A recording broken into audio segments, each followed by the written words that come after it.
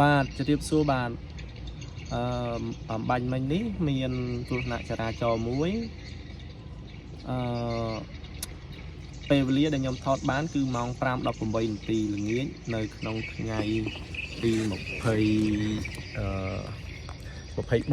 បាទ24ក៏ប៉ុន្តែហេតុការណ៍នេះប្រហែលជាកើតឡើងមុនម៉ោងខ្ញុំថតបានបាទហើយសូមទស្សនាវីដេអូទាំងអស់គ្នាបាទ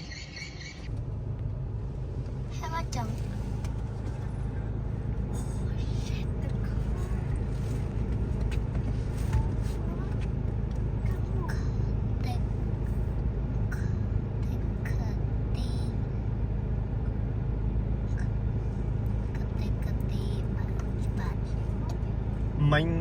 បងស្រីមិញរើសបានលុយប្រហែលជាលុយក្លាប់ហ្នឹងឯងអូមិញនឹងជាលុយអ្នកណាឡាននោះជាឡានព្រុសហ៎អូមែនទេឡានកាមេរីតែថតណាមើលស៊ូនវាផងណាស៊ូនវាមើលថតមកទាញតិចតាមឡានបើនិយាយទៀតឲ្យ There's a people inside. ទាញទៅ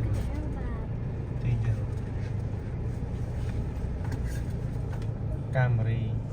ថតឃើញផ្លាកលេខអត់